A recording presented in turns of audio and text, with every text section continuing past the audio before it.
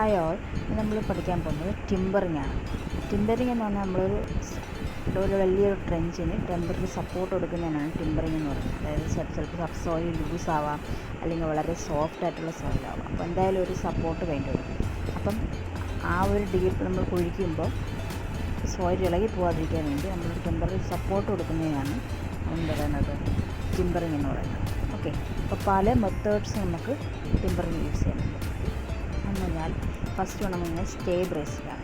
Stay bracing എന്ന് പറഞ്ഞാൽ നമ്മൾ വളരെ ഫേമായിട്ടുള്ള സോയിലിൽ നമ്മൾ എന്ത് ചെയ്യുക, സൈഡ് സപ്പോർട്ട് ചെയ്യുക. ഓക്കെ, അങ്ങനെയുള്ള സോയിലാണ് നമ്മൾ സ്റ്റേ ബ്രേസിംഗ് യൂസ് ചെയ്യുന്നത്. അതുപോലെ തന്നെ ഡെപ്ത് ഓഫ് എക്സ്കവേഷൻ 2 മീറ്ററിൽ കൂടാതെ വരുമ്പോഴാണ് നമ്മൾ സ്റ്റേ ബ്രേസിംഗ് യൂസ് ചെയ്യുന്നത്.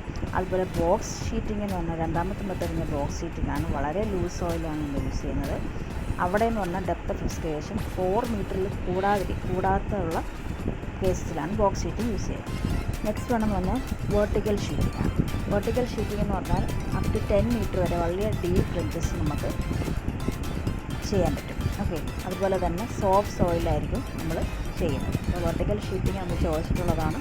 അത് ബോക്സ് ഷീറ്റിംഗ് പോലെ തന്നെയാണ്, പക്ഷേ പല സ്റ്റേജസിലായിട്ടാണ് നമ്മൾ ചെയ്യുന്നത്. ഇനി അടുത്ത റണ്ണർ സിസ്റ്റം. റണ്ണർ സിസ്റ്റം എന്ന് പറയുമ്പോൾ വെർട്ടിക്കൽ ബ്രേസസിൻ്റെ കൂടെ ഹൊറിസോണ്ടലായിട്ടുള്ള റണ്ണേഴ്സും കൂടെ വരുന്നുണ്ട്.